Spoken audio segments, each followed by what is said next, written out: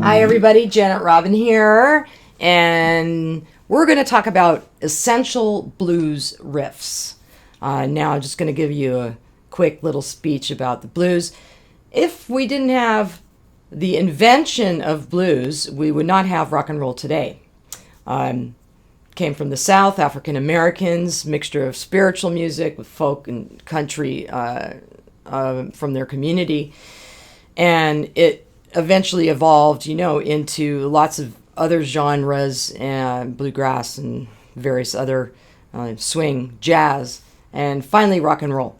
So pure American invention, and really it's credited to the early blues men and women from the late 1800s, early 1900s into the 20s and 30s. People like Robert Johnson, Memphis Minnie, these great, amazing guitar players that invented really the blues and came up with these like classic, iconic riffs that we use today. And I'm going to show you some of them.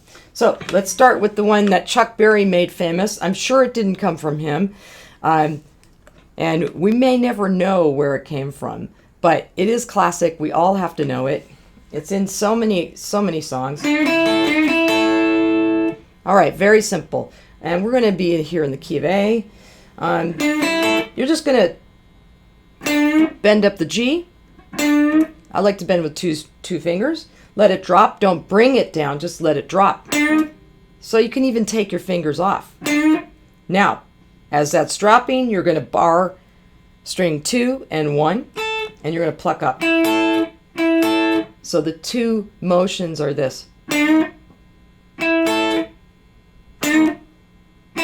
Now, we want to close that gap so we can make it sound a little smoother.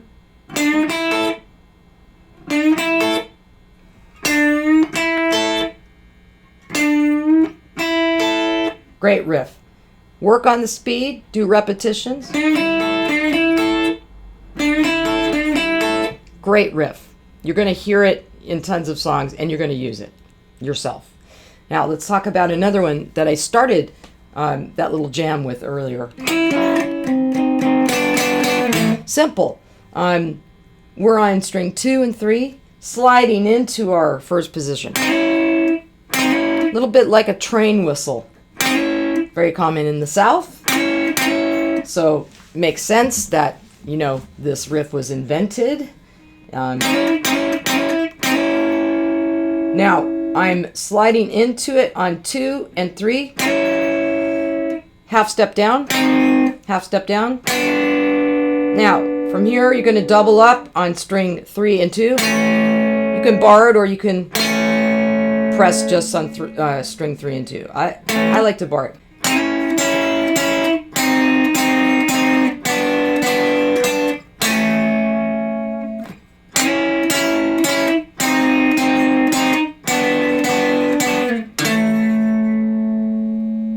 Often used for intros, but you can also use it in other ways. Just so you know, that was plucking down all the way down, just down, down, down, down. You can also separate the strings. So you go 3, 2, 3, 2. So what am I doing there? I'm doing string 3, string 2, back to string 3. 3, 2, 3, 2, 3, 3 and 2.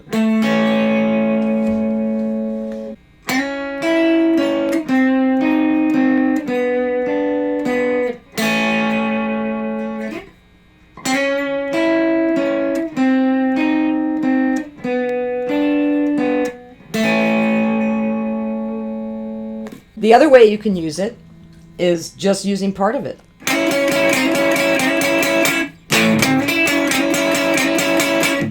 Also, super cool riff to use within a lead or as an intro. It works everywhere. Okay, a couple more we got. Now, I like this riff. It's really just simple, and it's kind of playing off some of these other ones. Hammering.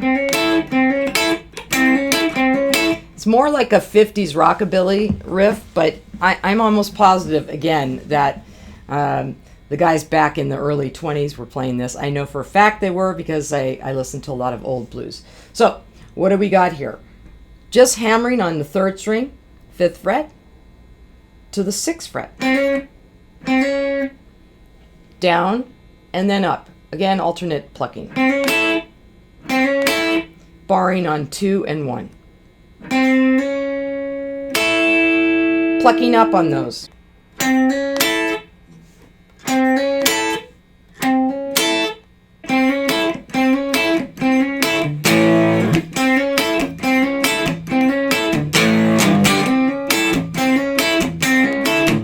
Love it. Love it. Great riff. So what do we got? We've got like now 4 riffs. I'm going to show you another one. And again, they're all based kind of in the same area, you know, sort of based around the same concept. This one, though, is a little bit more of a bend. Now, you might call that a country riff, but really it is not. It is a blues riff that was stolen by country guitar players and put into a lot of country music. But it is really a blues riff. So we're going to bend up on our G. This time we're not going to let it drop. We're going to hold it. Right? And now as we're holding it up there, we're going to bring our little pinky guy, and he's going to press string 2, fret 8. Okay? We're still in the key of A. And it's down, up on the right hand.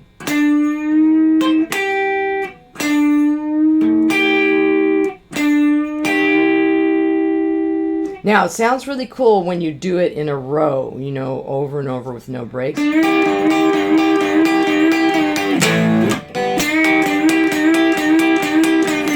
Or, you know, run down, right? All right, so don't forget that one. Super cool. Okay, we have time, I think, for one more. And this is really easy. You may know it already. If you don't, you should. We're just going to bend down.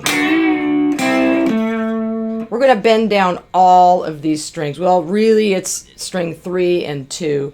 But you're going to flatten, and I mean flatten, your fingers. Super flat, like this. So that you're covering 3, 2, and 1. And I am covering also, well, I'm on fret 7 and 8, 6 and 7, all right? And it's really flat. And look where my thumb is, right? I'm not doing that. I'm doing it this way. And I'm not doing, you know, you can't get a bar to play it like that. You got to make it flat. And you'll get the right position by hanging onto the neck with your thumb, just like this.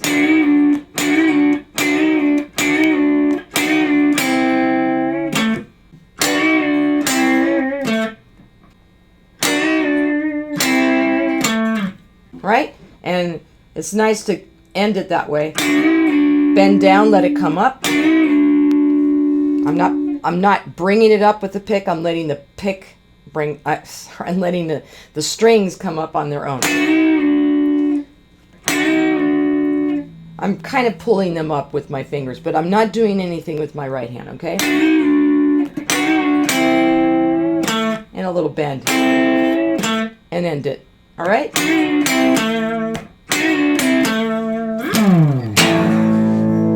I hope you enjoyed today's essential blues riffs. You'll use them. They're classic, iconic. They always sound good, and they're never going to go out of fashion. Practice as hard as you can, and we'll see you on stage.